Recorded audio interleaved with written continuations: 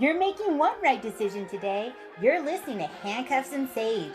Three badass moms bringing you all the true crime and paranormal your heart desires. I'm Red. I'm Timo.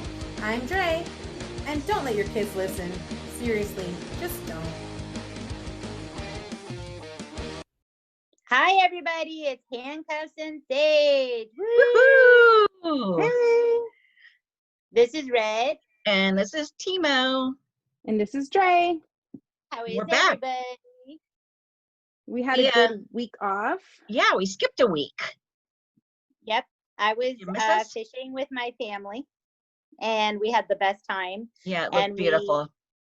We caught a trophy-sized fish, and so our family was just over the moon. We named our fish Reginald, and we ate him last night, and he was delightful. Yeah. Really?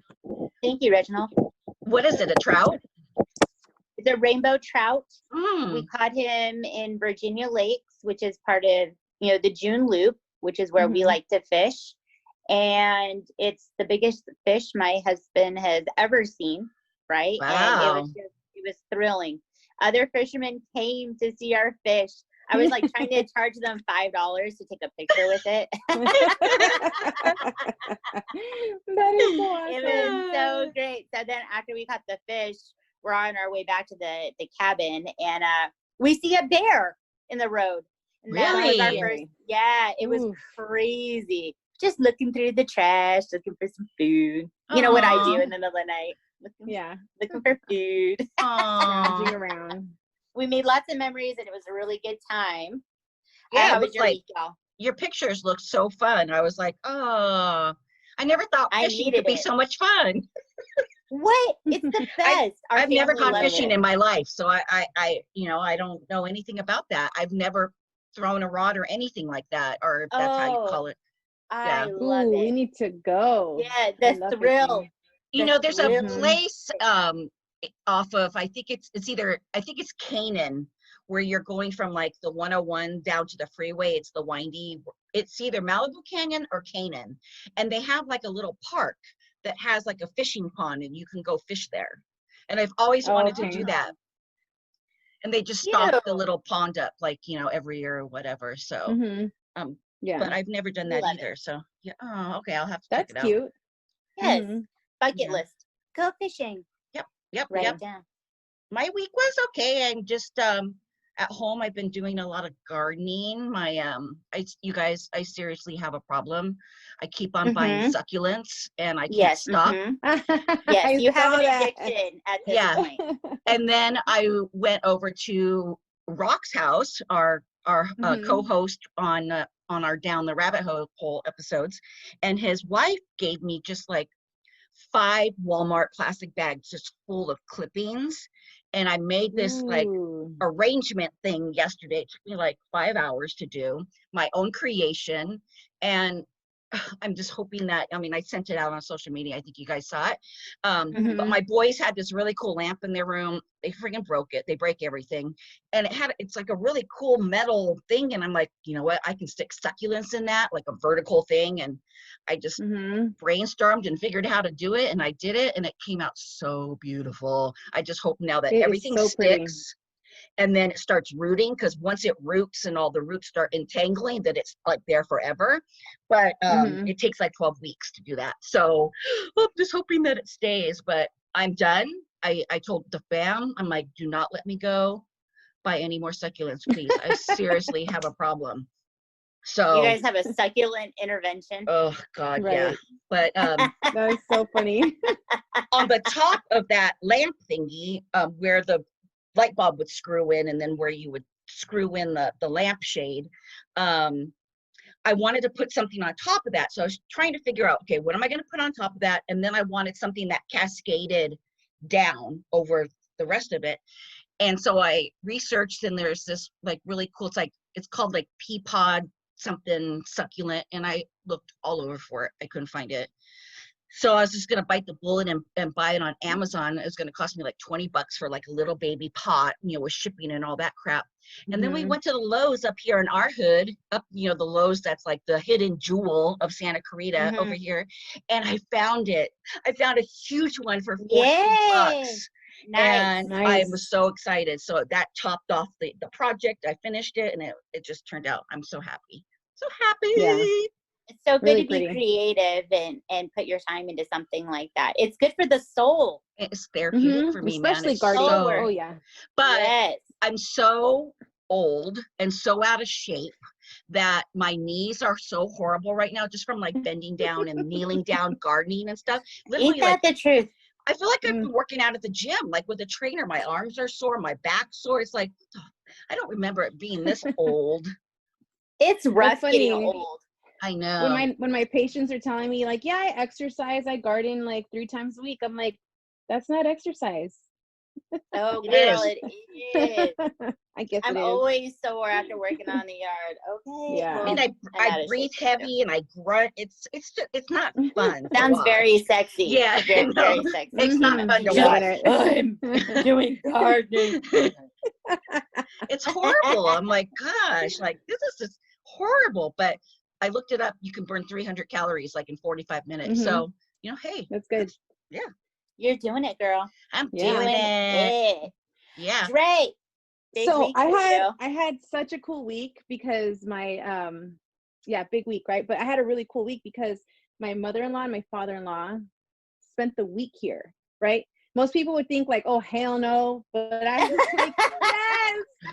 Oh, thank you. It's babysitters, very right? nice. Yes. Babysitters. It wasn't even that. I mean, I worked all week, right? But like, my husband got to like have a little bit of time off. They got to like bond with the baby and Oh, feed so the good. kids and make all her special little stuff. So yeah, we Mm. had a really good time. My niece came. So my niece and my daughter are only 3 months apart.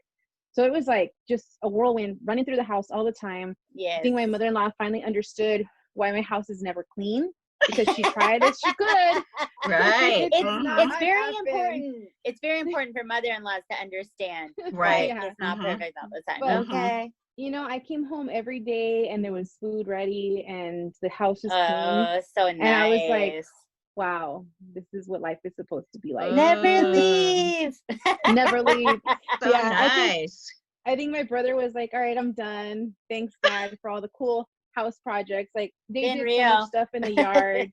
They like did Aw. like cute little home upgrades and stuff, like little things, Oh, they could come over for the week. They Yeah. could come over. Yeah. No problem. Let me Like make the a side of the list. house is clean. Oh. My flagpole doesn't waver anymore. It's like stuck in place. I love it. There's like a cute little fairy garden in front of this window here. Like, Oh. they just did all kinds of stuff, and they had so much fun doing it. So like, thank God they were here. They were like a blessing. I wasn't ready for them to leave, but I think they were ready to go home. They were tired. They were Yeah. so hard. It's And- good to have and- family. And the baby fell and his tooth was all wiggly, but it's like it Yes. attached itself, right? I think it did. We won't Ugh. know for sure. Oh, Yeah, it was the worst thing in my mom heart. So I have another like crazy story. Ricky, nothing bad ever happened to this kid. He was like super adventurous, but never broke anything or hurt himself really bad. When Aurora was like 3 years old, she lifted up this like really heavy tool that was meant to like I forget what it's called, but like it's like when you reseed the grass. And she was like 3. She was standing right next to me, and she lifted this like 5-pound tool, and it went right through her foot.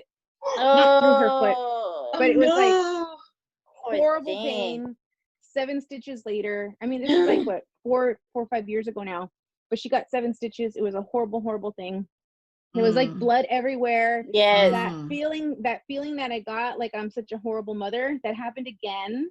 And it wasn't even like, he was just walking on his own 2 feet. He's 17 months old. He tripped on himself, and then his face just landed right into the brick Poor retainer wall. thing. Ugh. Oh God. It was so bad. I was crying. You posted the video because you got it Mhm. from your security camera, or was it Yeah. your Ring? Where It was did you? my security. I had a Oh security my camera. God! Yeah.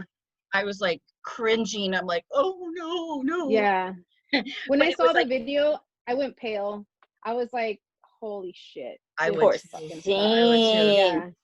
Yeah. And he was just like not even crying. He was like whiny at the time, that like it was like an hour later when I finally looked at the security camera, and I was like, there's something wrong. You just have that mom instinct. Oh, And so I you looked at didn't the know? camera. we didn't know like exactly how bad it was, right? I was like, oh, he fell, okay, but then he wasn't acting himself, so I was like, let me just check the camera and see what happened. And then when I looked at it, I went like fully pale, and then I was like, babe, come help me, let's check him out. And when he was born, he had like a tongue and a lip tie, which means like he's probably going to have some speech delays when he's ready to talk. So I'm already like thinking that's going to suck, right? Let me check to see if there's any more damage to his mouth or anything. So I put my finger in there to check for the little tie that is on the top, the lip tie. And then when I push my finger over the gums, his little tooth wiggled under my finger. Oh my god. And I was just like, I don't want to touch it anymore. No. And it was like bleeding, and he started crying, and it didn't stop bleeding for like a full 24 hours. But I called my dentist, and he was like, sounds like luxation. Hopefully it'll reattach. But it should still be x-rayed because of the like he saw the video, right? Yeah. Because of the fall itself was so brutal that there's a chance that he could have fractured a part of his jaw. We want to x-ray it. Unfortunately, because of COVID, there are like no dentists doing anything. It's very hard to get into it. I've called like 4 different dentists, no return phone calls. I'm at Did you call our hot dentist? Call our dentist. I talked to them. They're full open for everything right now. So do they do pediatrics too? Yes. They specialize in that. Yeah. So I really need that number. Recommend them 110%. Yeah, I just need an x-ray. And then all this leading up to today, actually Sunday, is Ricky's 16th birthday. Yay! We made it to 16, and it's been a rough week, but ups and downs, really good times and some really shitty times, but it's okay. Yeah, we got it. We're moving on. I love that we got to see him yesterday and do a drive-by. Like I heard drive-by, and I'm like, okay, load up the guns. And my son's like, we're not killing anyone. We have to make a sign. I love him. I'm such a dork. I'm sorry I missed it, Dre. It was fun. It's okay. When I finally looked at my phone, because I didn't even have my phone with me, and I'm like, oh no. And it like, I don't care if people saw me the way I looked. I just didn't want to get into my car because I was so gross and dirty and head to toe in dirt. I'm like, oh man, all right, now I'm gonna have to be sad and miss it. But I'm glad. I saw the video, and he looked really happy. He looked excited. We had a really good turnout. He was really happy that he got his drive-by. I didn't think at 16 he would have cared. But it turns out he really cared and was like, wait a minute, Mom, you're not going to do a drive-by, you mean? And I said, no. And he was like, oh, okay, that's fine. And then I was like, whoa, whoa there, buddy. So, I mean, last minute, I did it like the day before, and I was like, I hope people turn out, and we had a good turnout. Yes. We had all the football moms got together, we did our thing, and like some of my family came through too. So it was good. My neighbors are so cute. They literally live in the same cul-de-sac with me, and 2 of them decorated their car. Yeah, it was went down and then drove back up, and I was like, "You guys are the best." That's so cute. Yeah, he had a really good time with the drive-by itself, and we had a good time yesterday. We had like an outside gathering, just to try to be safer, and we watched a movie out in the yard. It was fun. I love it. It's a big birthday. Yeah. You guys, I'm super, super excited about our collaboration. Yes, it's our first crossover collaboration episode where true crime and paranormal meet. Woohoo! I love this story. I'm obsessed with it now. Okay, good. Let me tell I'm you. glad. So I hadn't heard of this before. It's the Axe House murders in Villisca, Iowa.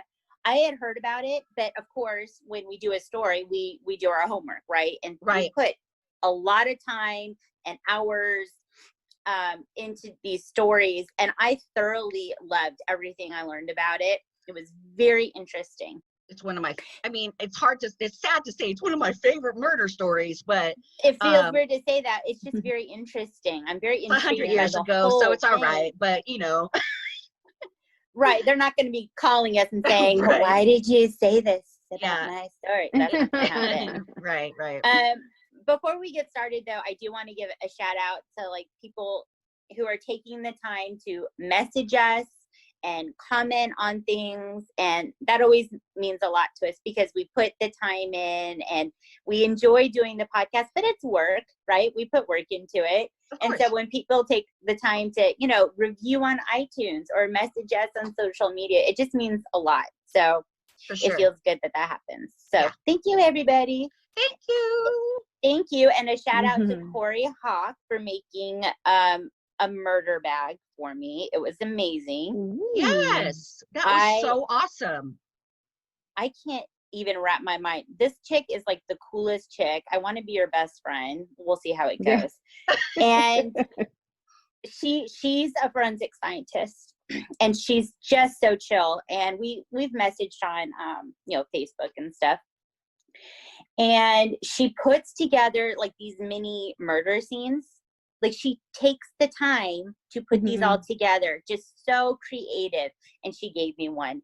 And I have it out on display. So every time I walk by, I'm like, I'm so lucky. I have this mini murder scene. It's in like a little, is it like a little plastic, like showcase little box? Like a cube. Yes. It's like so professional looking. So I love it.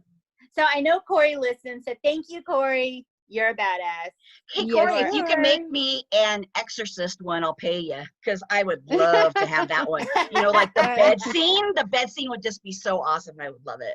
Yeah. We'll hit her up. Thank you, Corey. I know, right? Thanks, Corey. And she's super awesome because she actually made quite a few of those and gave them out to members of our group in Santa Clarita. Like everybody's popping up with them and like everybody's jealous. Like we all want one.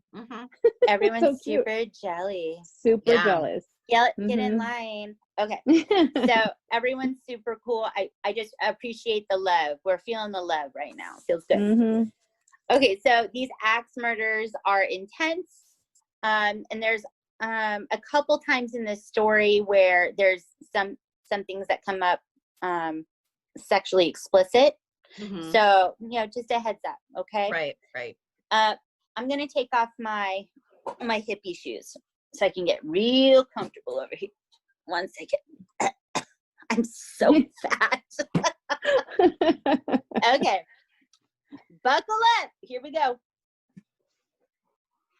Okay. So the Axe House murders took place in Villisca, Iowa, in Montgomery County. And when I hear about Iowa, I think about my bestie, Billy. He's from Iowa.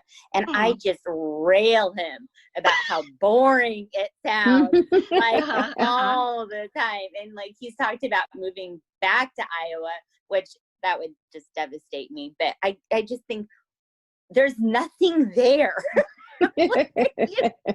Right. So doing this story, I kept thinking about him. So something did happen in Iowa, but it was a long time ago. Long time ago. So this took place in Montgomery County in June 1912. And at the time, 2,000 people lived there. So this is not a big place. And fun fact, this was a dry town. So there wasn't a lot of alcohol. Another reason they hate Iowa. I just can't imagine. Yeah. So this story is about the Moore family, and they lived in a white house at the end of a street. And you can see pictures, right, of this white house. It looks creepy as fuck in every picture. And it was teeny tiny, too. It was teeny tiny, and we'll talk about that a little bit. So it was at the end of a street. 45-year-old Josiah Moore and 39-year-old Sarah Moore lived there. They moved in the house in 1899 after they were married. It's just fun to say 1899. So long weird. Ago. I know. So Josiah was a businessman. He was in hardware.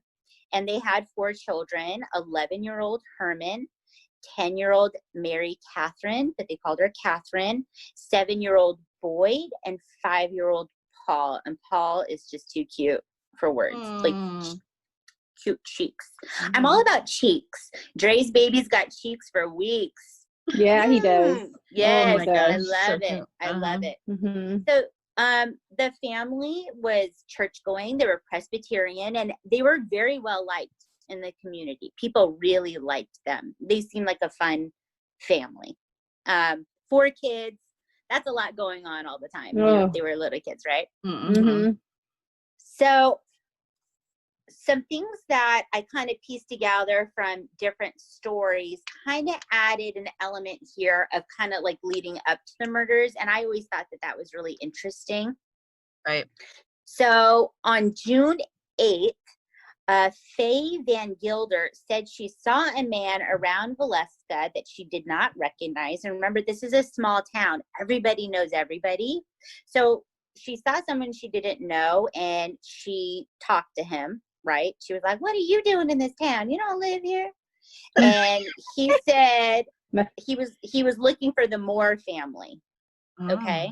And she thought that was really interesting. So let's remember that. Okay. Strange man looking for the Moore family. And then Sarah Moore had said that she saw a weird man around their property, which was, again, very odd. Small community, people you don't know. That's an odd thing. That doesn't happen. Okay. So on June 9th, the Moore family went to a children's service that actually Sarah was the co-director of, and she put it together. So the family went about 8 o'clock, and they went with a couple other kids. So one of the kids there was 12-year-old Lena Stillinger and her sister, 8-year-old Ina Stillinger. Okay. So they do this children's service. It wraps up around 9:30. And Lena and Ina are saying that they don't want to walk home in the dark because they were a little scared of that.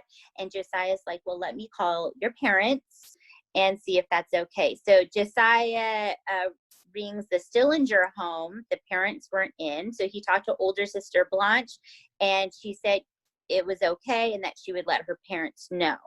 So Lena and Ina were going to do a sleepover at the Moore house. So they all walked home about 9:45. They said it took about 10-15 minutes to walk home, and they had milk and cookies when they got home, right? Which is super sweet. That sounds delightful right now. Around 5 a.m., their neighbor Mary Peckham was up doing laundry. What a nightmare. And what is so sad about this story is that was just how it was at this time. You were up at 5 a.m. drying your laundry. And this is the crazy part. Stay with me here. She thought it was odd that they weren't up yet either. Okay. Wow. Okay. My neighbors better leave me the F alone. Knocking on my door at 5 a.m. Got to get up, got to get going. Okay. So she thought that this was odd. She continued to do her laundry, and around 7 a.m., they still weren't up, which was just crazy town. And she thought something is off. It is really quiet at that house. And she goes over and she knocks on the door. No answer. She tries to open the door and it was locked. And the feeling that I'm getting from every story that I looked into is that it was very odd. Right. That it was locked. You just didn't do that. Yeah. No. And Mary, shout out to you. She went over and let the chickens out and started helping with their chores because they weren't up. Because they weren't up at 5 a.m. I think that's what my neighbors would do. Yeah, you have good neighbors. Serious. Oh my gosh, my neighbors drive me nuts. They party like crazy. I feel like such an old crotchety lady all the time. They're doing another party and I can hear their music. Oh yeah, that's my hood too. We're like the party animals. I love it. You guys are party animals. I need to move. Come live in our complex. I know. I've been looking at it. Really? Yeah. Oh my God. If you moved here, I would just flip the fuck out. Oh my God. I'm gonna flip the fuck out, man. We're assholes. Okay. So Mary, the neighbor, obviously concerned. Chores aren't getting done. Something's off here. It's very quiet. She goes to Josiah's brother, Ross, and she says, something is wrong. I need you to come over and check on the family. Okay. So Ross comes over to the Moore house, and he actually has a skeleton key, which is kind of cool, but he's able to, right? Yeah. Send us skeleton keys. Okay. I love skeleton keys. He he's able to get inside. So he goes in the house, and he says it's like midnight inside. It is pitch dark. And he's noticing that all the windows have been covered. Shades down, mirrors are covered. Think about how creepy this is, right? You're walking into this very quiet, pitch black house. You don't know what's going on. He goes into the guest bedroom, which was the bedroom downstairs, and he discovers the bodies of Lena and Ina Dillinger.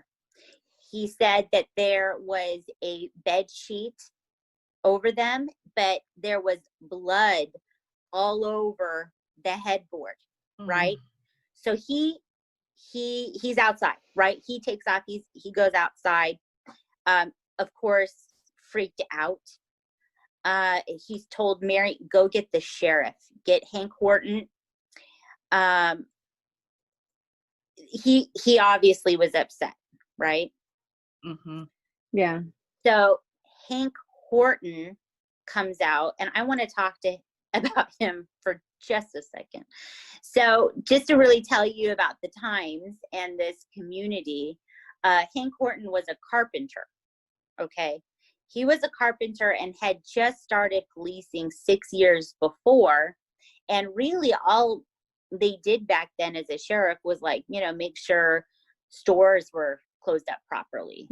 And if there was a hobo or a tramp in town, they would take him in for a little bit. Like that was the extent of his policing. Okay. So Hank Horton shows up, and he goes inside. He's looking around, and we're going to talk about everything that he sees. We're going to go through all of that. But then he comes outside and tells Ross, the brother, there is somebody murdered in every bed, which is awful. Ross is the family member, and he is learning his family has just been murdered. These little kids, just awful. So we're going to talk about everything that Hank sees and kind of the investigation into this story.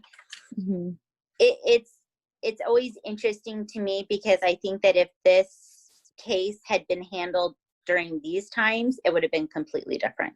Completely different.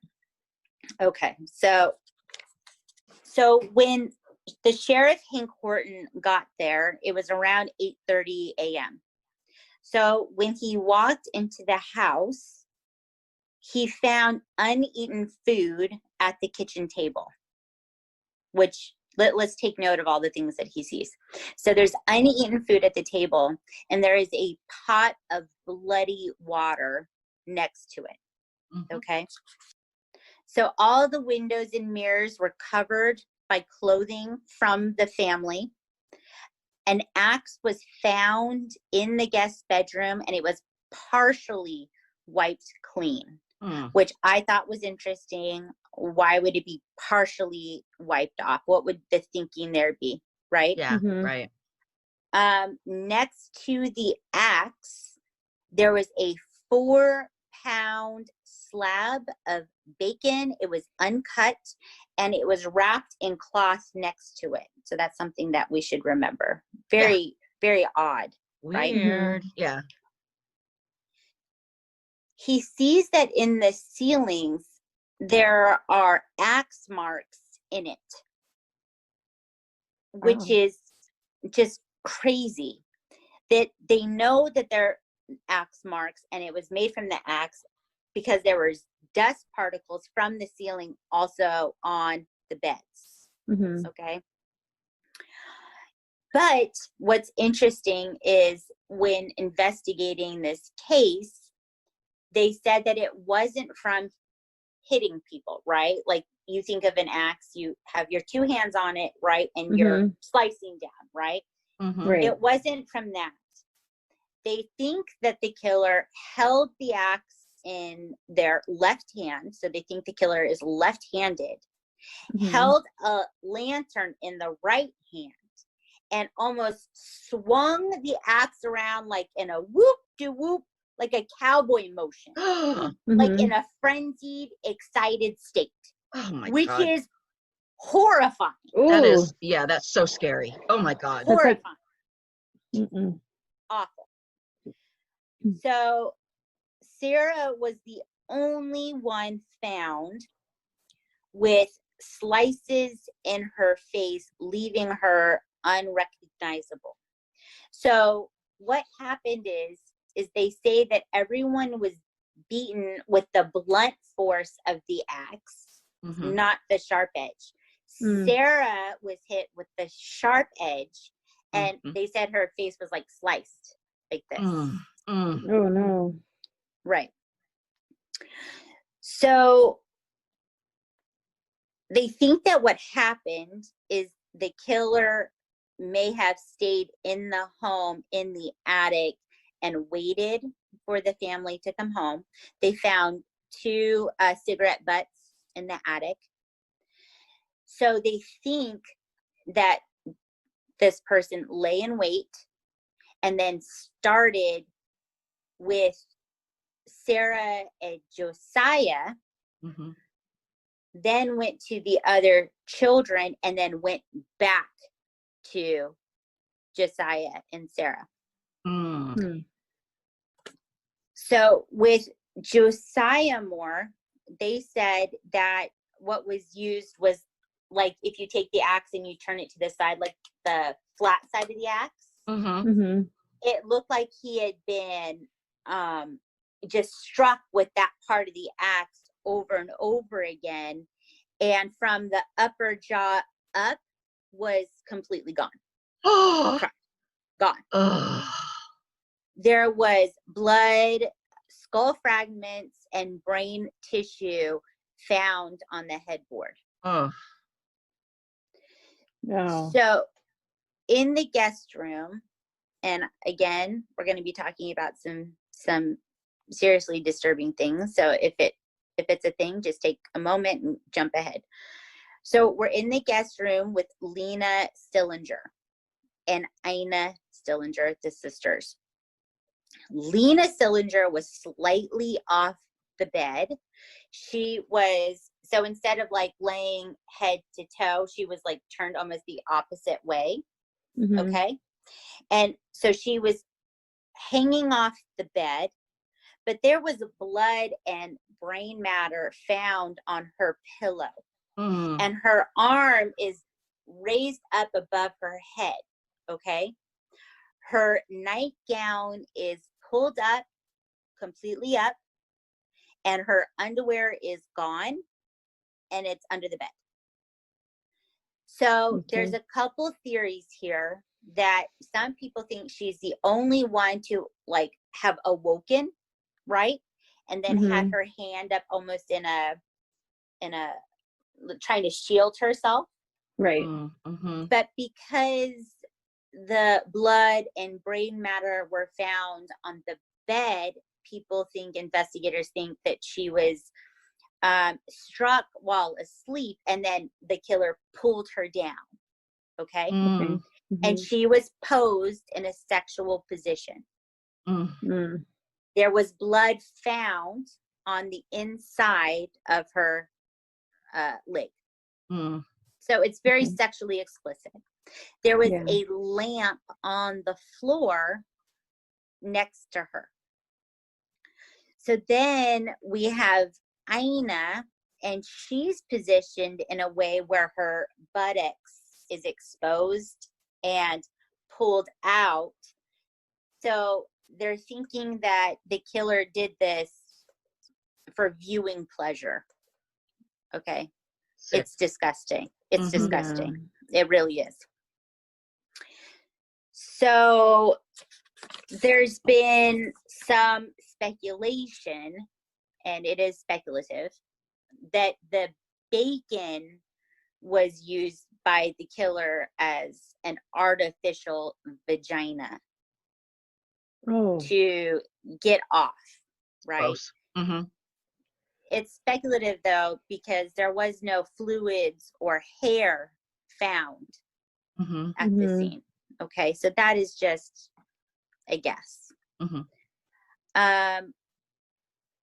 So after seeing the bodies, the 4 more children had been hit once, maybe twice in the head with like the butt of the axe, and it looked like none of them woke up. Like there was no disturbance. So they think that what happened is the killer started with Joe and Sarah because there was blood running off the bed of the couple's bed and had filled up one of Sarah's shoes.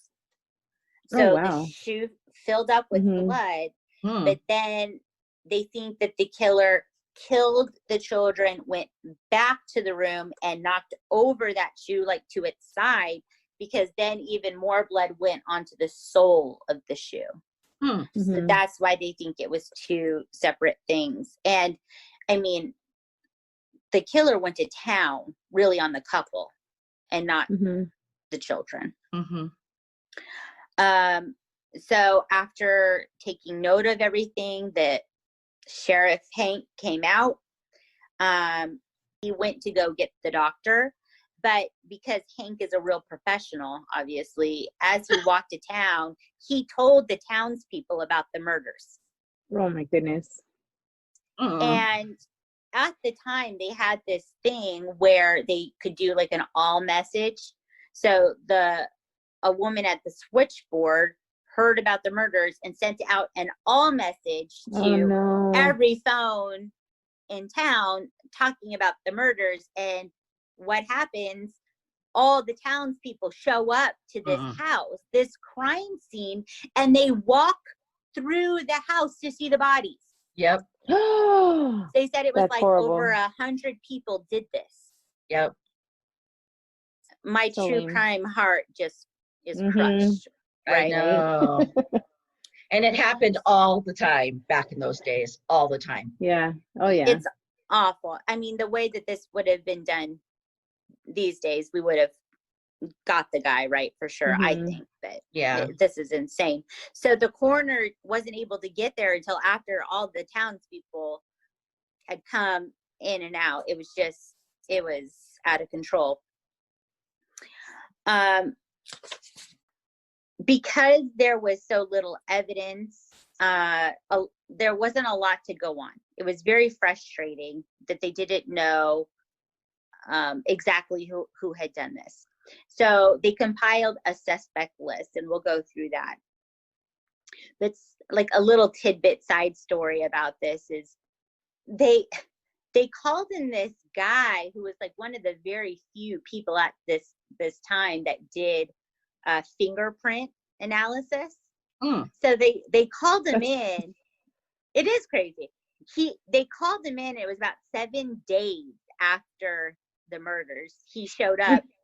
He was so drunk he needed help getting off the train. Oh my God. They had to give him time to sober up. Oh Jesus. And then they said he did a very diligent job. But again, we're talking about over 100 people had been through this house. And at the time, really what they had for fingerprints is you had to like see a fingerprint and photograph it. Oh, geez. And it was a whole shit show. So he was not able to match it with anyone. I'm shocked. I'm shocked by this news. So that's a fun side story. Like all the residents are suspects at this point. The Yeah, whole everyone's town. looking at each The whole other. Yeah. town. Uh-huh. They said within a couple days, all the locks and guns were sold out. You couldn't buy those anywhere. It was kind of like disinfectant wipes for us. Right. And You toilet could paper. not find, yeah, or toilet paper. You were getting gone. At the time, this is something that was really interesting, is on a map, you can see like across the country, like the railway and where it was at the time, and how there were several axe murders that had been happening at this time that followed the railroad. So that's very interesting and something that people should keep in mind. Some of these axe murders also mimicked a lot of the things that had been seen at the Villisca house, that their windows had been covered, that lanterns were left in certain spots of the house. I thought that was interesting to look at. Maybe there's a connection there. So we'll see. Yeah. I want to talk about the suspects because this is insane. Because one of the first suspects that comes up is the senator of Iowa, Frank Jones. Oh, So we'll Jesus. talk about Frank Jones, Reverend Yikes. George Kelly, William Mansfield, Henry Lee Moore. So there's some interesting characters, and I swear it's like going down a rabbit hole with each one of these. Like you start thinking, oh, this is the one, this is it. And then you hear about another one and you're, oh no, this is it. I don't know, maybe they were all working together. I don't know. So Frank Jones was the employer of Josiah for several years, also the senator, until Josiah opened up his own hardware business. So then all of a sudden they were competitors. And because they were then in competition with each other, it seemed like they ended up having like a very bitter relationship. And they said that if they crossed each other in town, they wouldn't even talk to each other. So they were throwing all sorts of shade towards each other at this point. There was a rumor, and again, this was not substantiated. It was probably some lady just talking gossip, but there was a rumor that Josiah had an affair with Frank's daughter-in-law, and Frank wasn't too happy about it. But again, it could have just been a rumor, right? So what they're thinking is that Frank had hired William Mansfield to kill the family. Okay. And what I'm thinking is like, I understand competition, like with other companies, right? When you kind of like say that company sucks, mine's better or whatever. Right. But to then jump to, well, I guess this family needs to be murdered. That's like a leap for me. You know what I mean? 2 years after the Villisca murders, William Mansfield had been a suspect because, hold on to your butts, he had killed his wife and infant, father and mother-in-law with an axe. Come on now. Hello. Wow. Crazy. So a detective, James Wilkerson, blamed Mansfield for the Villisca murders, right? He's saying your murders are just the same as these murders, right? The Burns Detective Agency of Kansas, they put together like a story and felt like William was the one to do it. But Mansfield was acquitted of the charges. They said that he had paperwork showing that he was in Illinois during the time of the Villisca murders. William Mansfield sued Detective Wilkerson and got $2,225. Hmm. I thought that's interesting that he was able to sue and win. And I mean, money, I mean, this was what, back in 1912. That's like $1 billion that he got. I'm going to look it up right now. I was doing that. What was it, like 1899? 1900? 1912. 1912. So that kind of money is an insane amount of money to win in a lawsuit. But fun fact, Mansfield did kill his family. He was a murderer. Hello. Right. This is crazy. So months after the killings, Henry Moore, no relation to the Moore family, was convicted of murders of his mother and grandmother in Missouri with an axe, and was thought to have done 22 other axe killings across the country. Oh no.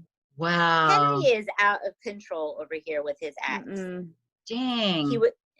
He was never found guilty of the Villisca murders. He did get a 34-year prison sentence for the murders of his mother and grandmother. So it's 60, like almost $60,000 in today's money. I'll take it. That's a win. That's a win. That's a win. Another suspect, Andy Sawyer, was a transient. He got a job working on the railroad. But his employer and crew thought he was very odd and were suspicious of him. He had a newspaper with the murders of the family on the front page and was like obsessed with reading about the story and talking about the story all the time. He slept fully clothed, hugging an axe. So I guess that's a red flag. Weirdo. What a weirdo. He told the foreman that he was in Villisca when the murders happened and left town the next day because he thought he would be suspected because he was new there, because he was a transient. The foreman turned him into the authorities, but there was no evidence. And it turned out that he had been arrested for vagrancy and ISO in Iowa, another town in Iowa. Drink. When the murders had happened. So being arrested for vagrancy, that's kind of fucked up. Like, you're already in a low place and now you're going to get arrested for it. That's kind of fun. You might have a free meal. So. Or a nice place to sleep instead of, somewhere warm. Yeah. You're right. I'm wrong. Okay, so this suspect, Reverend George Kelly, he's a real piece of shit. He came to the United States with his wife to New York from England in 1904, and he was a traveling preacher, and they went all across the country.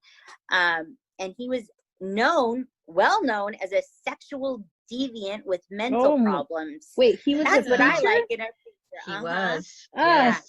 Gross, right? Sick fuck. Yeah. He was caught peeking into windows like a total creeper.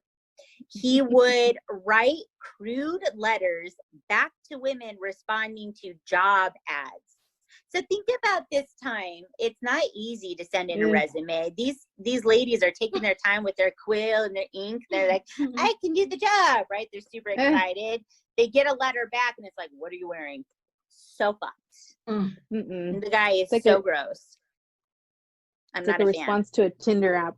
Yes. Right. So he was a guest at the church the night of the children's program, the one that Sarah had put together. He left the following morning by train by 5:19 a.m., which is very odd, right? Yeah.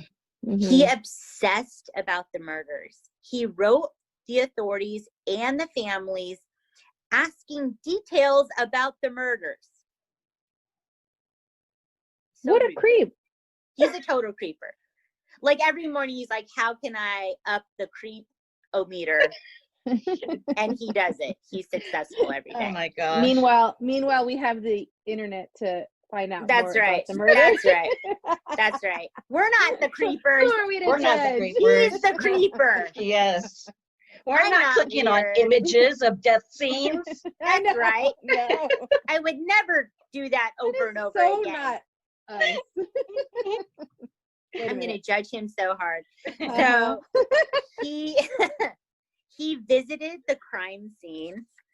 He joined a group of investigators into this case. He's just an odd duck. An investigator thought he was odd. Yes, you're correct. Mm-hmm. You got it. He's a weirdo.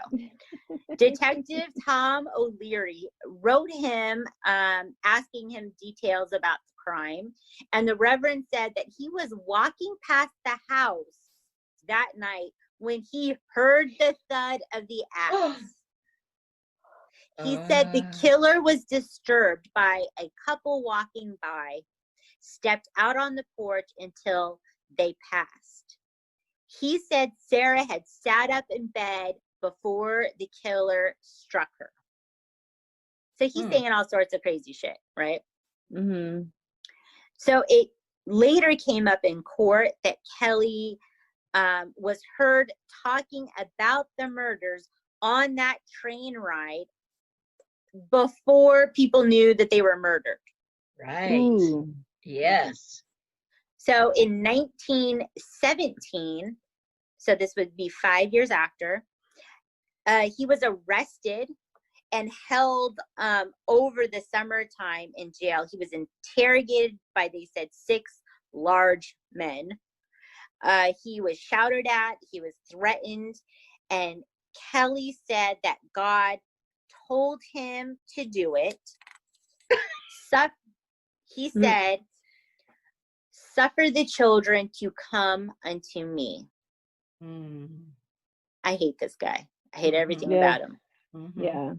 He confessed to the murders, but then he immediately recounted. He was tried twice, which I thought was interesting. Both juries found him not guilty. What happened to double jeopardy? Was double jeopardy not a thing? Probably not. I don't know. That's crazy. Jury members felt that Frank Jones was actually still behind the murders and was kind of using the Reverend as a scapegoat, like telling people behind the scenes to have him be the one tried, that he was a mentally ill man and was hoping that he would take the rap for these murders. Again, this is just speculation and rumor, and this is what the townspeople are saying and thinking.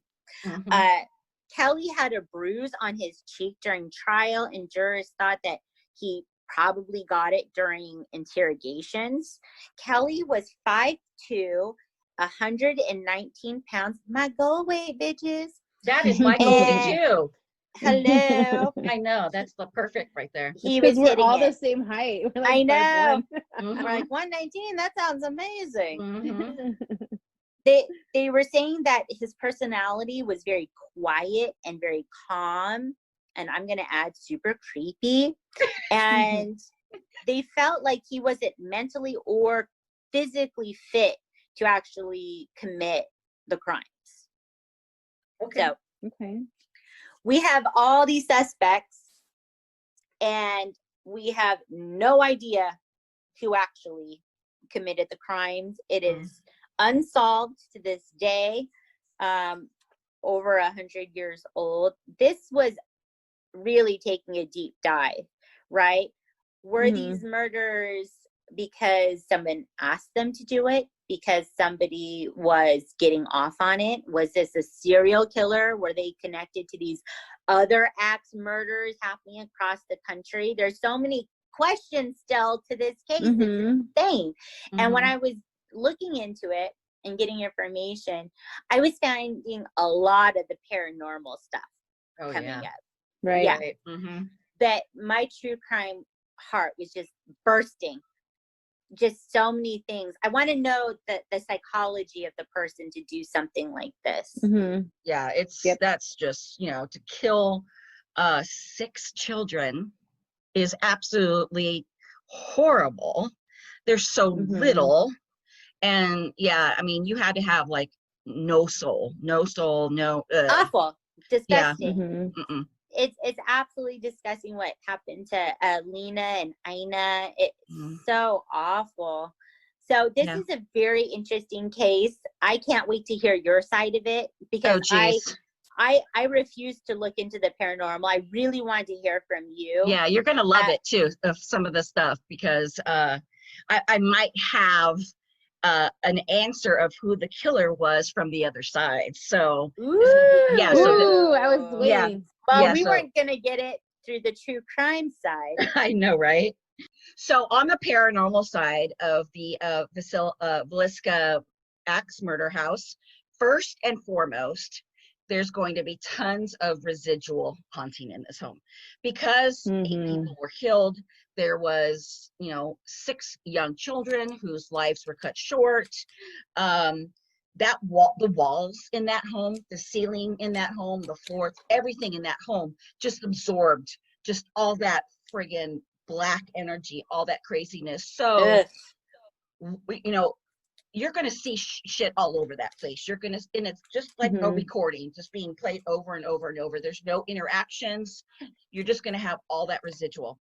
But also, there's so many other intelligent hauntings going on in this place too, because obviously this was just a horrible, horrible, horrible thing.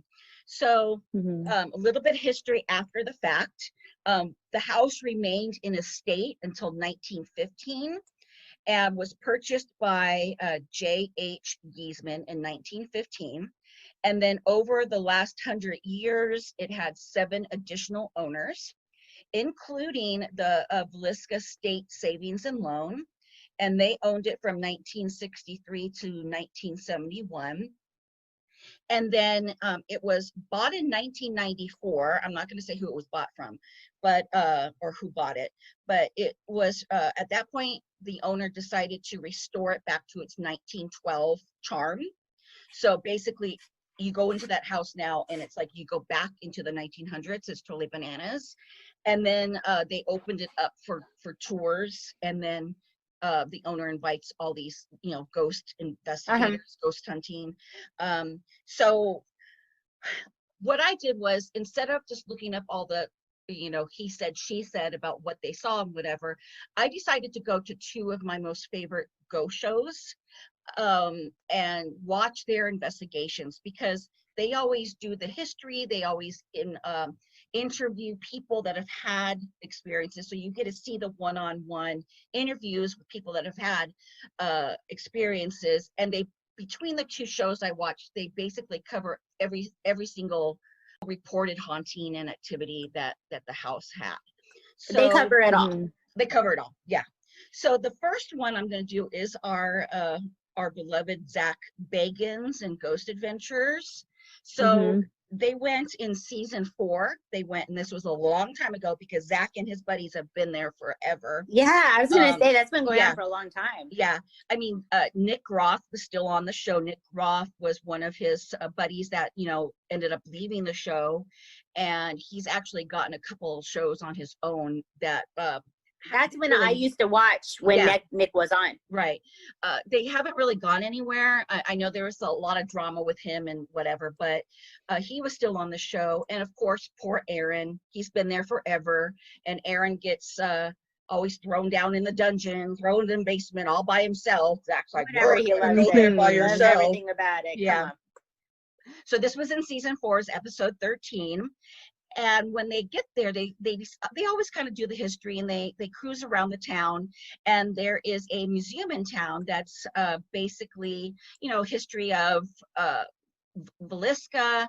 And of course, they have a whole little axe murder house section. And the owner of the museum supposedly has the actual axe that was used in the murder. No. Yeah. And so he's like, wow. Okay. Yeah. He's like, the story about this is when they went to trial, they didn't bring the axe. So the prosecutor went and bought an axe and pretended that this was the axe. That's crazy. And yeah, so somehow this guy has the real axe. So Zach and his gang borrow it, and they take it with them. I would not want to touch it. I wouldn't want anything to do with it. No, thank you. They take objects that were involved in whether to kind of like, rile up the spirits.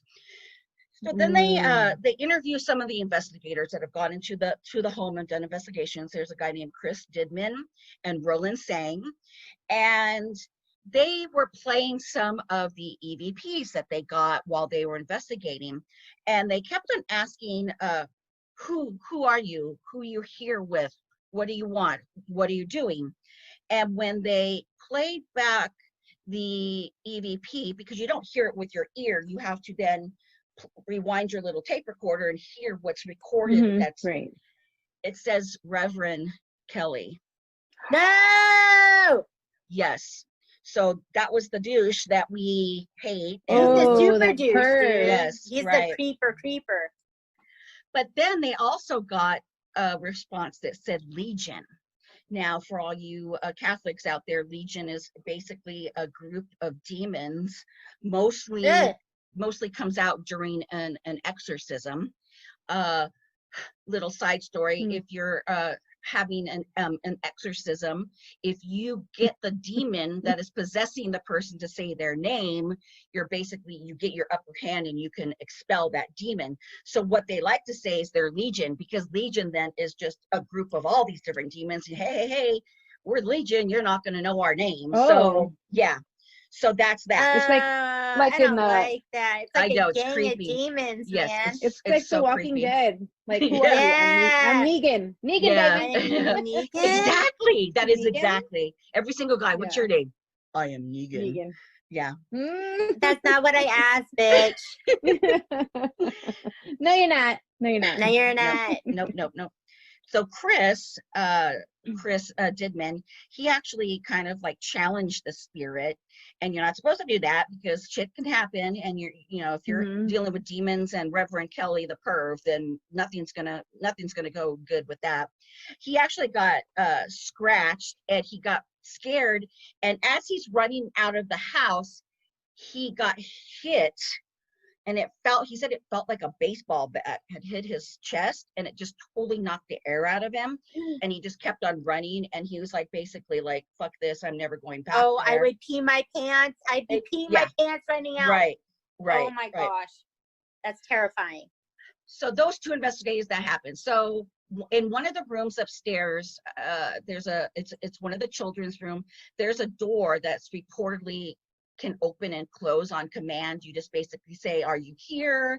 If you're here, can you open? So Zach and one of those investigator guys, they were challenging that, and it was opening a little bit and back and forth. I saw a couple other amateur investigators on YouTube that actually recorded that too, and it would. I mean, if it's the wind or if it's people walking or whatever, it's weird how it would do it on command, at that same time. And while they weren't asking it to do it, it wasn't opening and closing. But do ghosts ever get sick of this shit? Never. Like they're like, oh, another crew just showed up. I know, like, oh fuck shit. yeah. That's a good question. I don't know. We'll have to wait and see. I'll well, let you ask know. them ghosts. Are you sick of this shit?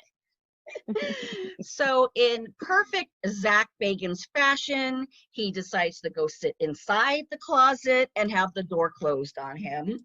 They said that they found blood and brain matter in the closets. Oh no. Gross. Yes. Oh yes. God. And he was sitting in there? Yeah, he was sitting in there. He jumps out super fast and says, there's something bad in this house. So that if you know Zach Bagans, that's what he does. So it's pretty funny.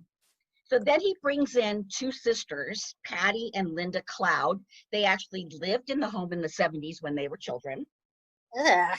And when they first moved into the house, they said the whole family had to sleep in the living room on the floor because they had put the beds together and all that other stuff.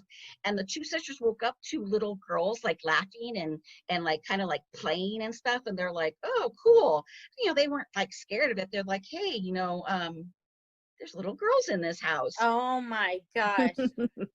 And then they one weren't day, scared. Hell no. Yeah. So one day their dad, he loved to sharpen his knife. So he had this block thing where he would sharpen his knife. And if you're going to do that yourself, you do it outward, not facing your body, because you're dealing with a sharp ass fucking knife.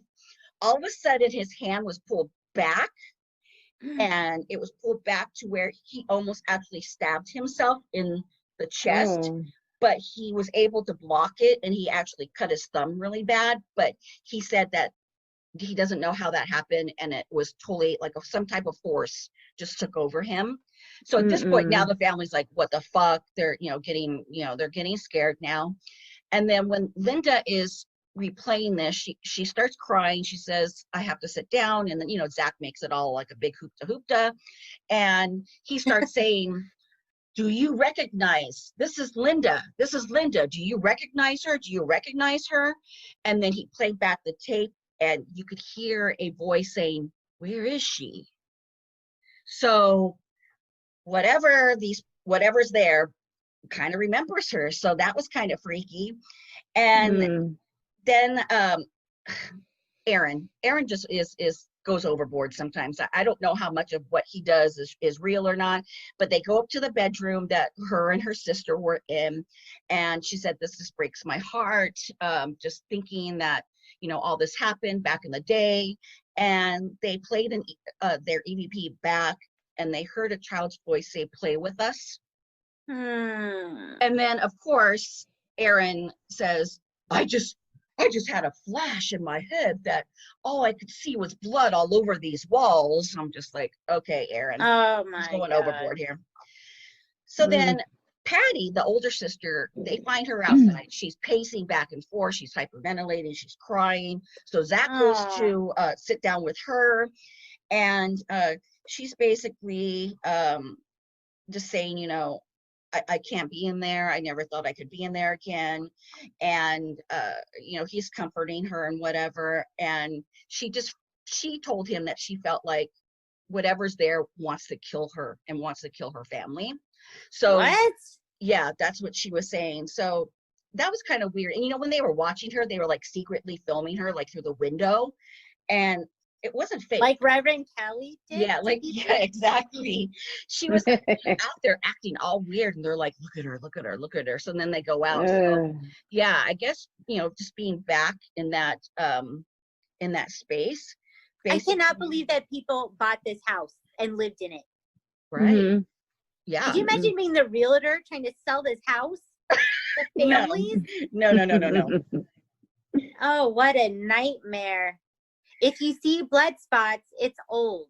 Right. It's really old. You can use a magic eraser. It'll come right off. My gosh, for sure. You know what I mean? Right. It's just insane. They also mentioned that the girls actually told before the dad thing happened, they actually told their parents, there's some kids here, this is, and of course their parents didn't believe them. When Zach was interviewing one of the he always sits down and interviews like the history, like some type of historian or somebody that knows, like maybe an ex cop or whatever. He said that this story was actually so popular and so crazy outside of Iowa that it actually took the Titanic sinking off of the first page of the newspaper. Oh, wow. What? So the Titanic had been on, the sinking of the Titanic, and then this happened like 2 weeks after the sinking of the Titanic, and it just basically, bye-bye Titanic, hello Axe House. So I thought that was kind of a cool thing. So, during the investigation, Zach and his gang have the axe, and it's just the same old stuff that goes on with him. There's the cameras, and they're seeing orbs in this, but nothing really exciting happens when they do their night investigation. This is the thing.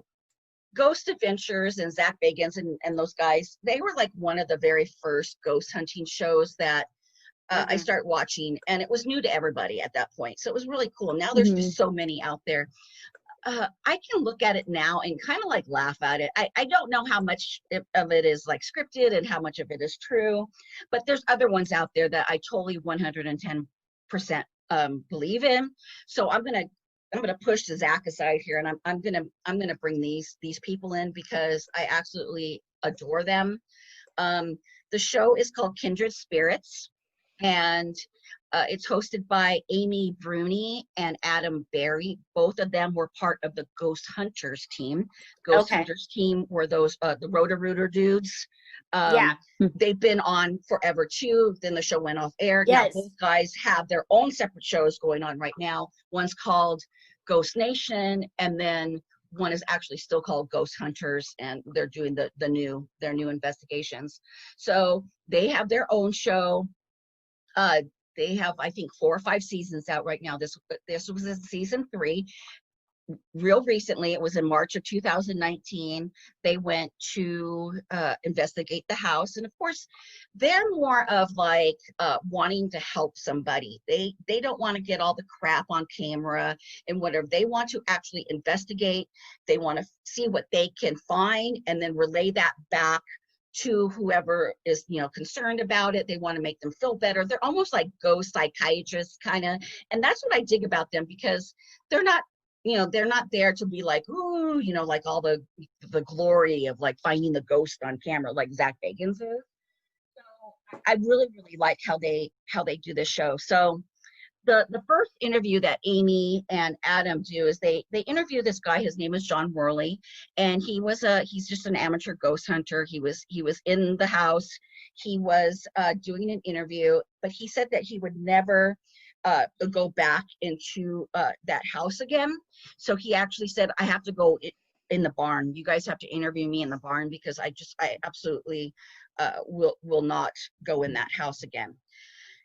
So he was talking about when he was investigating, and there was an EVP that he caught that told that said basically, leave at once. And he said it was in like this menacing whisper. And then right after that, it goes, just kill John Worley. And when he heard that, he basically fucking crapped his pants, because he's, oh fuck, that's me. They're saying my fucking name. Yeah.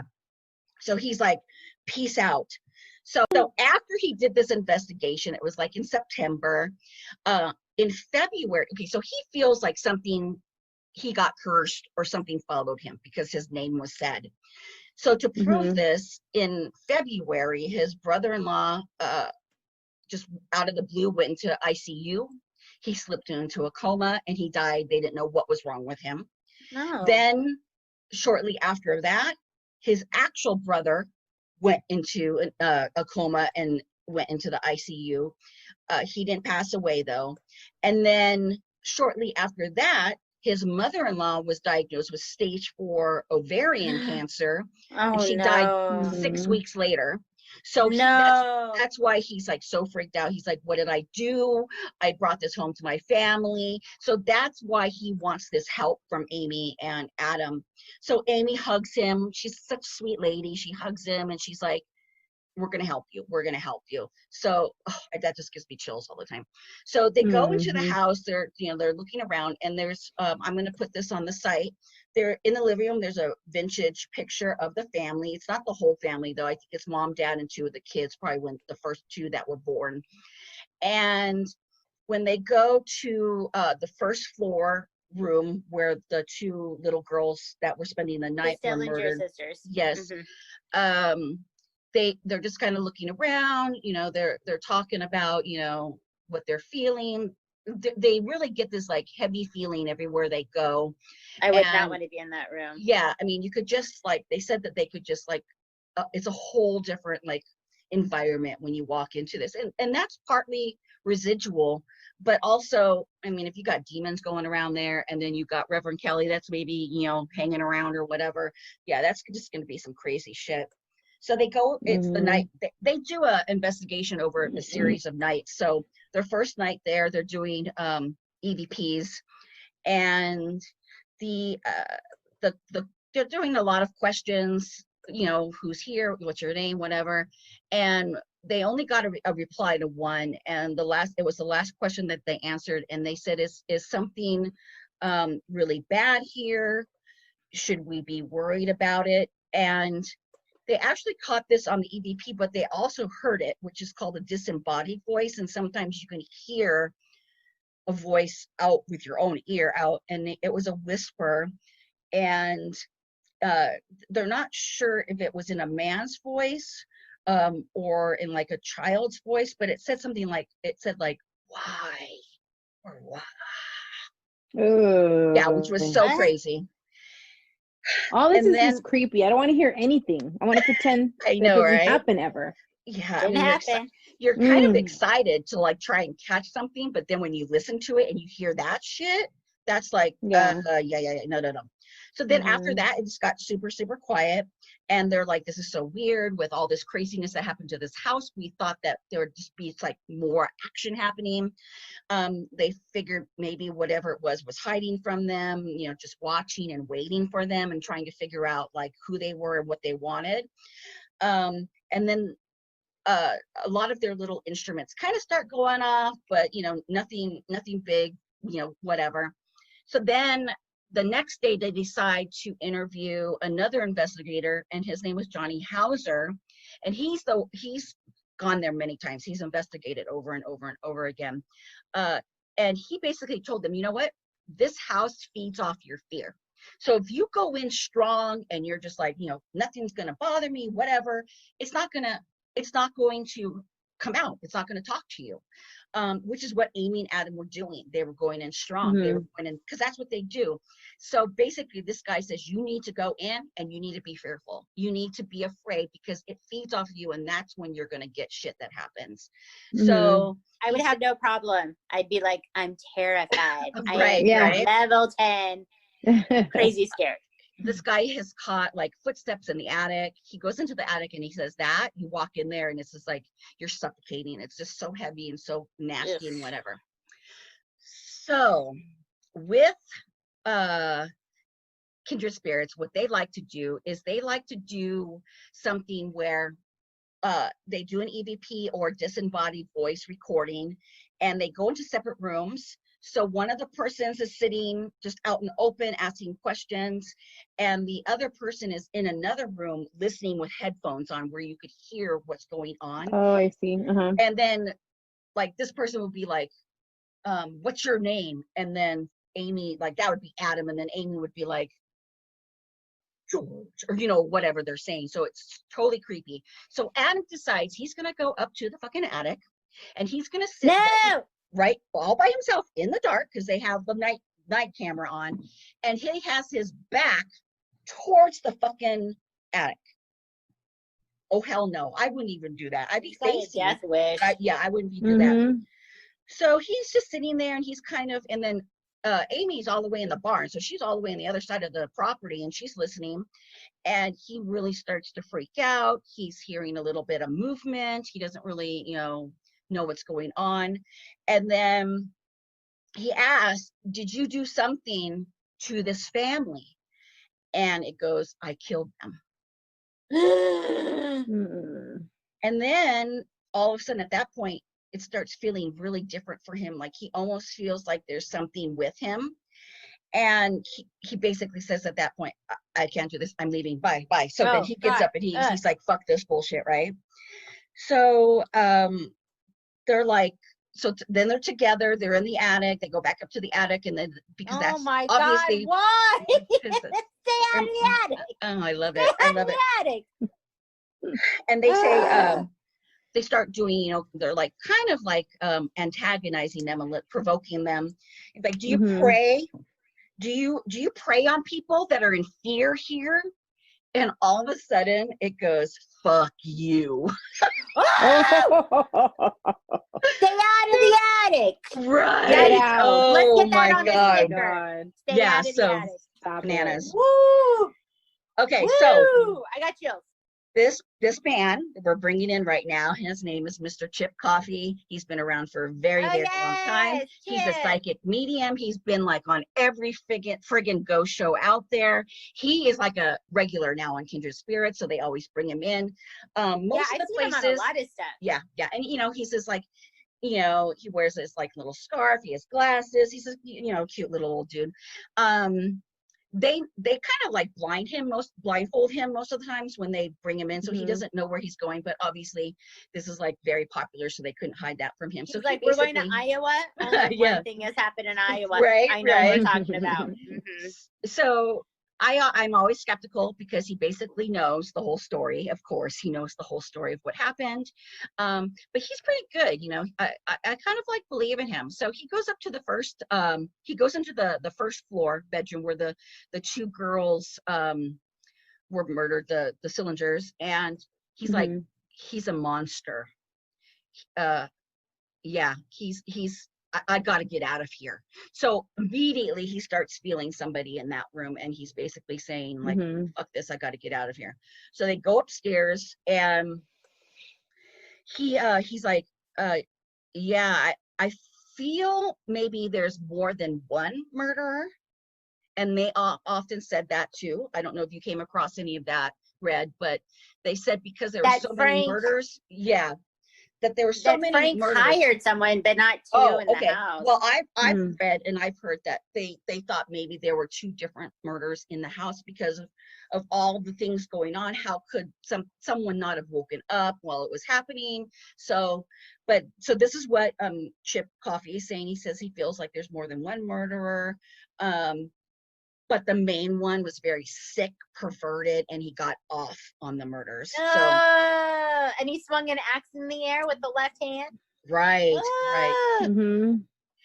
And he said that he was just going to I guess he was just going to sit there. He all of a sudden after that point, it got really calm and like nothing was going on, and he's like, they're hiding from me. He's like, I'm gonna sit here and wait as long as it takes for you to come back, because we're gonna find out what's going on. And Amy asked Chip, did he even know what he was going to do? Like, did he know that this is like, he was like premeditated? And Chip goes, oh yeah, he knew exactly that he was going to go into this house and he was going to kill this whole family. So he also, now this is what trips me out when you started saying about the lasso kind of axe in the air, Mm-hmm. that the murderer felt giddy about it. He Yes. was Ooh. super excited, and he's like, ha ha ha, in a whisper, and he's like, this is going to be great. Like, that's how Chip was seeing him. That's Yeah, That is gross. disgusting. yeah, it's so horrible. And then he says that the spirit guy that's there, he basically just sits there and relives it over and over and over and over and over and over again, because it just pleasures him so much. He just basically he's there to just relive it over and over and over and over again. And then he said also that he loves to manipulate people that are in the house, and he likes to, so he brings up they bring up John Worley to Chip, because they're like, so what is this guy, whatever. And he decides he's going to do a reading with him, because they really want to help this guy, because this guy's just like, freaking out. So he actually doesn't go into the house. He goes into the barn. They take Chip in there, and Chip's doing a reading with him. And he basically tells him that Chip has no idea about the history of this dude. He says his mother-in-law came to him, and she just wanted to let him know that you didn't do anything. This was our time. This was my time to go. You didn't bring any type of curse. You didn't bring this on the family. So of course the guy's crying and he's upset about that. And then his brother-in-law comes through, and I guess his brother-in-law had a lot of issues when in his life. So he told him, life was hard, but dying was easy. So that kind of made him feel, almost like the guy was at peace now, because living was just too hard for him to do. And then they also said to him that there's no blame, nothing was attached to you, and you didn't do anything. So I think that kind of helped this John Worley guy kind of like, release some of that anxiety that he had, that he basically was at fault for doing that to his family. So so that was the end of the investigation with Kindred Spirits. Amy does her little thing at the end where she basically kind of overviews everything, and basically they just come down to the fact that whoever the murderer may be is still there, because he's a sick son of a bitch, and he just wants to friggin' scare the crap out of people and then just relive his shit over and over and over again. That's disgusting. That's so gross. The children's voices, the laughings and all that stuff, I think probably is residual. I don't think there's little children there anymore. I hope to God that there's no little children there anymore. But yeah, so there you go. There's the paranormal stuff that happens. The Wow. Villisca axe murder. Wow. Yeah. This So is a crazy story. I'm glad that we did It both is. sides of it. We should do this Mhm. more with cases. Yeah, I like it. That was yeah, really it's cool, interesting. actually. Yeah. I think we're gonna have a special guest on, and we're gonna do it'll probably be our second collaboration crossover episode. I think we're gonna do Lizzie Borden. So that should be fun. Yeah. Yay! Look forward to it. Ooh, this is Buckle gonna be up for fun. Lizzie Yeah, because that's Borden. another one that it. I can't tell these stories without telling the whole murder history of the story. Right. So Yeah. it's perfect to do these stories because, Red can Mhm. do her thing, I can do my thing, and then we get the whole story out. So I love that. So there's a few other ones that I think that we can do as well. So yeah, I think that will be cool. Let's I think do it. Yeah. Collaborate and listen. I don't own the rights to that song. All right. Let's do our badass story of the week. Woo! Badass. Give it to us, Dre. All right. So we have this wonderful ranger who I, for some reason, cannot find his name anywhere. But there was a bunch of hikers out at the Delaware Water Gap at the National Recreation Area, really high up, really long, like a mile, more than miles away, right? And they came upon an owner of a dog, really big, like over 100-pound, like German Shepherd type dog from the looks That's of a it. big dog. Yeah, Mhm, and the mhm. dog was overheated from like heat exhaustion. It was like Aw. 90 degrees out there. Mm. This happened pretty recently, actually. I think like last Tuesday. And Okay. so what they did was they called the rangers out. Rangers are usually there to help people. But a ranger came out and saw how bad the dog was. They gave the dog, they put their own water, like the hikers that had come upon them had put their own water on the dog. They tried to like get him to, like cool down a bit, but it wasn't working. So when the ranger got there, he just knew exactly what to do. He lifted this like 100-pound dog right over his shoulders. And we're talking like miles away from civilization, pretty much. And he hiked down over a mile easily, carrying this dog for over an hour. This might be the sexiest thing I've ever heard. Right? I'm getting hot. And he had the dog on his shoulders, and then they got down to like a river and were able to cool him down at least enough to like probably save his life. And then the owner kind of ran down ahead of the ranger to get his car ready and everything. And by the time they got down to the trailhead, the dog was already looking a little bit better. So they took him to a vet, and turns out the dog is doing great. But this ranger, sorry, I don't know my your God. name. Hot Oh Ranger. no! Awesome. Yeah. His name is Hot Ranger. Woo! Hot Ranger. Where was Thank this you. again, Dre? Where was this It's again, the Dre? Delaware. Oh, man. All right. Delaware Water Gap in the National Recreation We Area. will find him for you, Timo. Okay, all right. Yeah. Delaware's We can kind of rescue far. dogs together.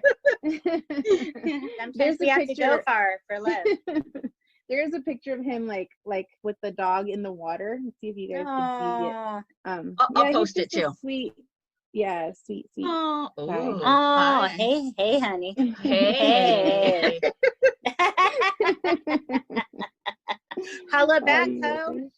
So, you guys, I haven't done a movie review in a really long time, and so I just wanted to quickly shout out to this movie that I saw. It's not really a horror movie, paranormal movie, but when I saw it, like the trailer on TV a while back, I thought it was like a scary kind of like monster movie, kind of like weird something or other. It's not. But I'm not going to tell you what it is, but this movie is so good. It will have you on the edge of your seat I was literally screaming my head off. Like my neighbors probably thought I was being murdered or something was going on. And nobody Is it- came over to check on you? Nobody checked on Rude. me. That is rude. Miss Amy next door didn't bother to check on me. My other Oh, I neighbor. guess your Yeah. friends. Yeah, I know, right? That's why you need to move in our Amy. complex. I'll So come check on you if I hear Okay. murder screams. yes. So it's based in Florida. That's all I'm gonna say because That's terrifying. I'm not Perfect. watching it. nice Come fun on, things Florida. happen in Florida. Florida. and it's called Crawl. And it's on Netflix and Crawl? Amazon. Crawl, like like a baby Crawl. crawls. I think I've heard of Crawl. Okay. Mhm. It's not horror. So if you guys are like No. scared and you guys, like don't want to watch like a scary movie, it's not. It's like a thriller. Yeah. It's Mhm. so good, you guys. It's so good. So Yeah. check it out. You'll Check love it out. You'll love it. I It's so have good. a recommendation.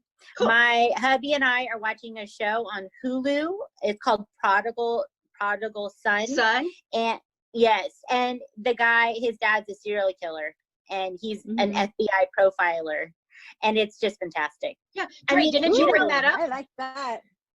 Who brought that up? Somebody brought that up. Somebody brought it up on our true crime Oh, okay, yeah. Facebook page. I Yeah. checked it out, and we're like loving it. And my hubby, he's not a true crime person. He puts Yeah. up with me, and he's like, "Don't play another episode without me. I got to go do this Love thing." it. Yeah. I'm checking that Yeah. out too. I'm finishing up season 3 of Handmaid's Tale. I basically got yeah. through 3 seasons in like a week. Mhm. I'm obsessed. I'm obsessed. Well, it's excellent. It's yeah, a very so good show. that's on So my good. list next. That and Ozark. Those are my next 2 on my list. Oh, Ozark's the shit. I know, love and I it. haven't Yes, yeah. So good. Okay, cool. Cool, Catch cool, cool. up, Mhm. catch up. All right, Yes. y'all. Yeah. This Okay. was fun. Yay! Are we ready? Do it again. Are we ready? I think we are. Okay. 1, 2, 3. We We do do what we we want. Woo! Have a wonderful Woo! week. Hit us up on Yes. social media and all the things. Happy Yes. 4th of July. Oh yeah. Yeah. Let's 4th of celebrate our July. freedom. Motherfucker, Right. stop doing fireworks in my neighborhood. You're scaring my baby dog. All right, y'all. See you Okay. later. All right. Okay, bye. Love you guys. Bye. Bye. Bye. Handcuffs and Sage is hosted by Red, Timo, and Dre in a shitty guest room in Los Angeles. Theme music is Leave Now by We Are Wasted. Cover art done by Megan Winchester. Follow us on Instagram, Facebook, and Twitter. Show us some love on iTunes. Be a badass and do what you want. Until next time.